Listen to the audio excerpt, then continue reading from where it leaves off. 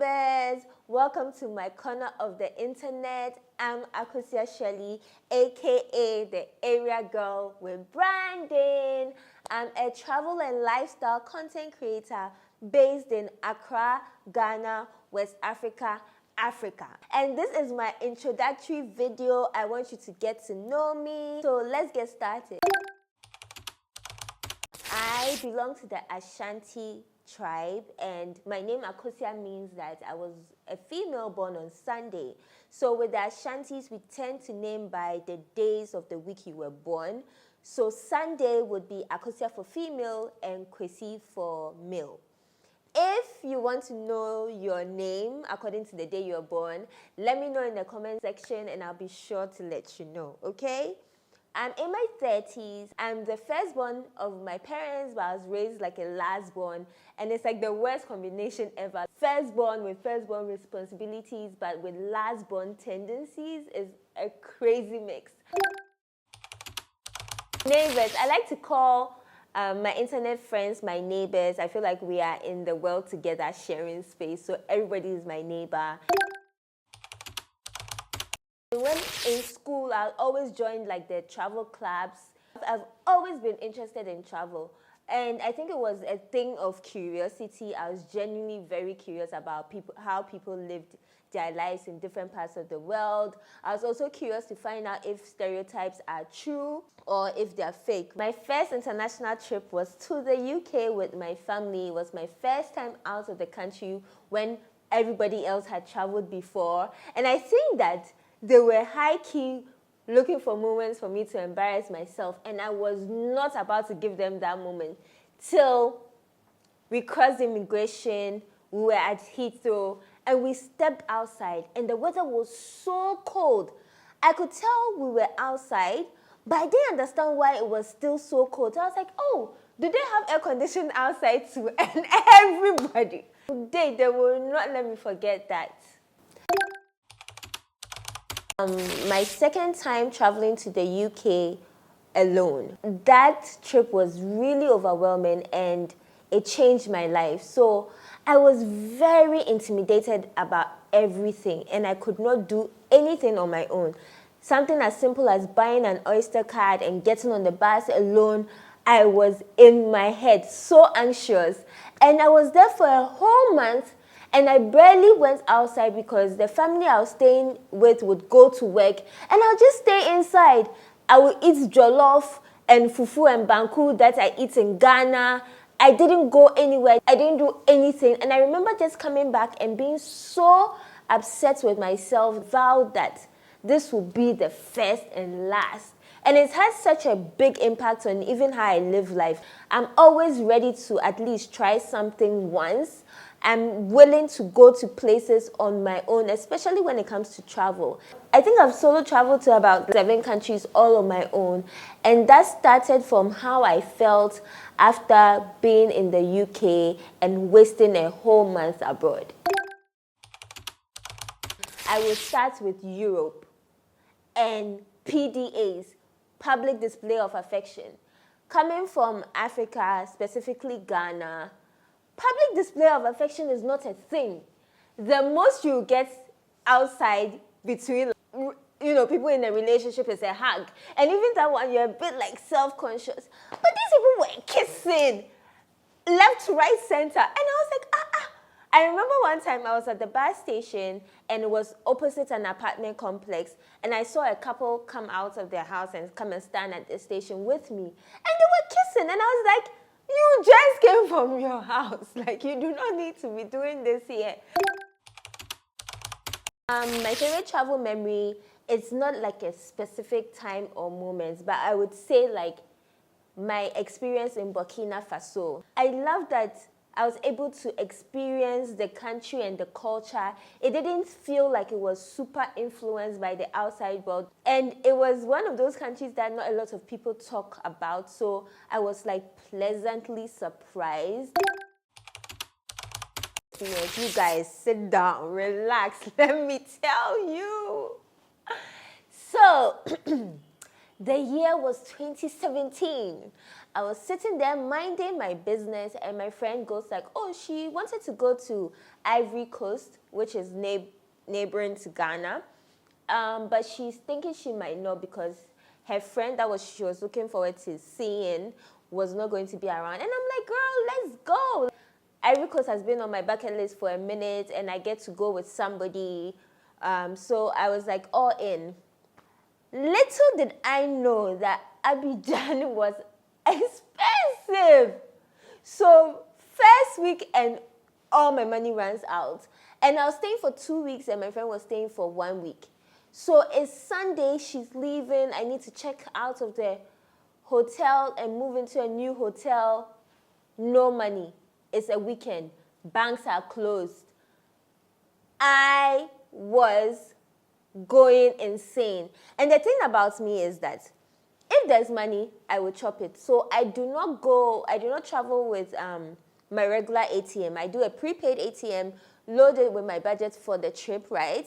And so if it finishes, we come home. That sort of mentality. I don't want access to my account. So I needed Monday to come so that I could put money on the card and then use it, right? No money. It's Sunday. I'm broke. My friend is leaving.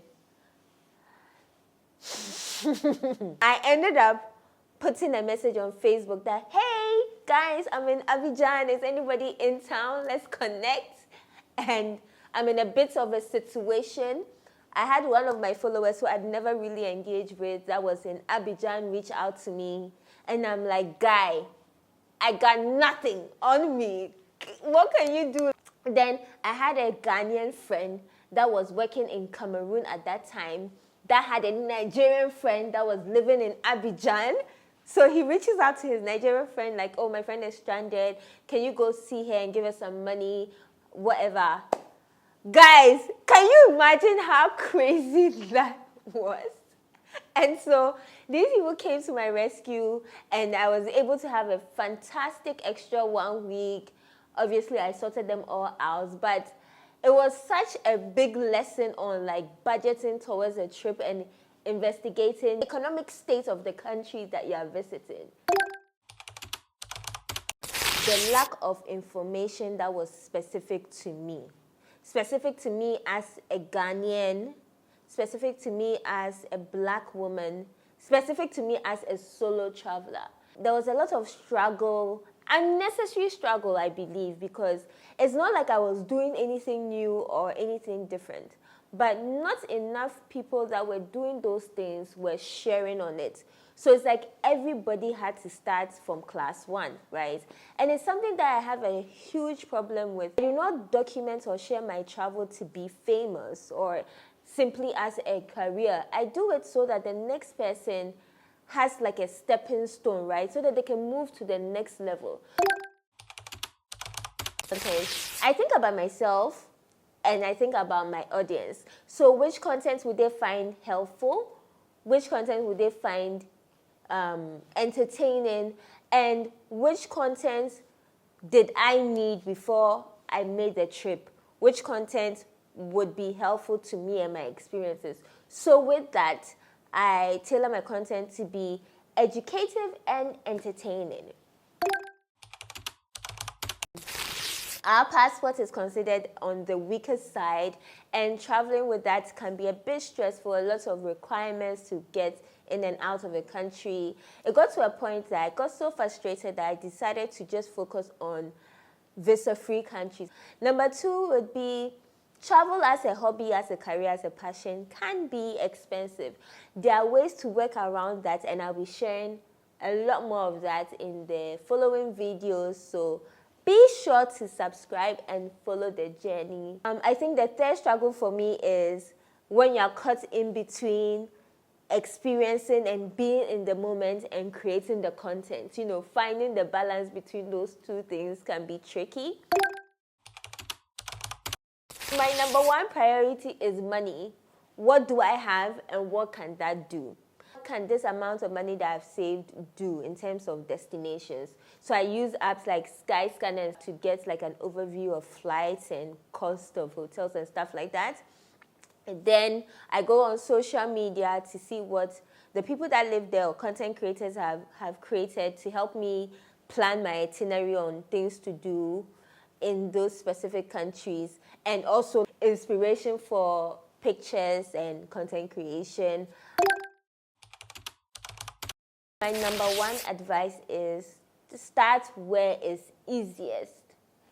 I've seen people grow a huge audience just from documenting their adventures and experiences within their neighborhood, though. Not even their country. There's this girl from Akosua. She's grown so much on TikTok because all her content is about Akosua, right? So start from where it's easiest for you, as in your community where you live, your region, or in your country, and then make your way to international travel. With international travel, I will look at neighboring countries, especially like places that you could get to with cars or boats or something that's much easier. Then you move on to the big leagues.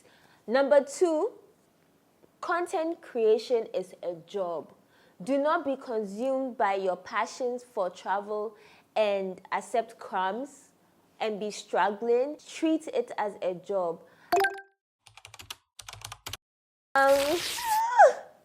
That I can do hard things. Akosua Shirley, Ashantis,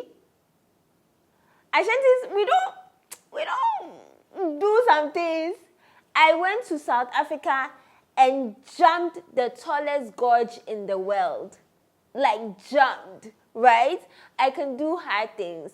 I solo backpacked Ghana alone. I solo backpacked Europe alone. It has taught me that I can do hard things. So on the personal level, I'm trying to go to every country in the world. But if I can't do every country, I want to do every African country. So those are like my travel goals. Then as a creator, I'm hoping to create content that is very helpful, that will help first-time travelers, frequent travelers do it and do it better and with ease.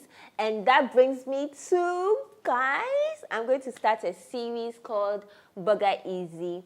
Burger is a term for travel in Ghana. And the series is going to be focused on sharing tips, insights, information about travel to make the travel experience easier and fun.